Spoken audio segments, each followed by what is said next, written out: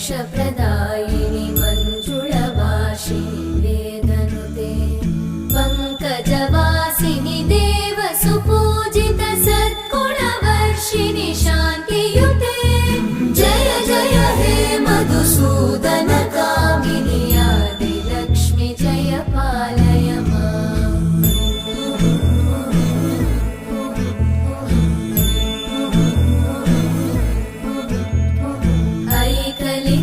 ऐकलिकल्मषनाशिनि कामिनि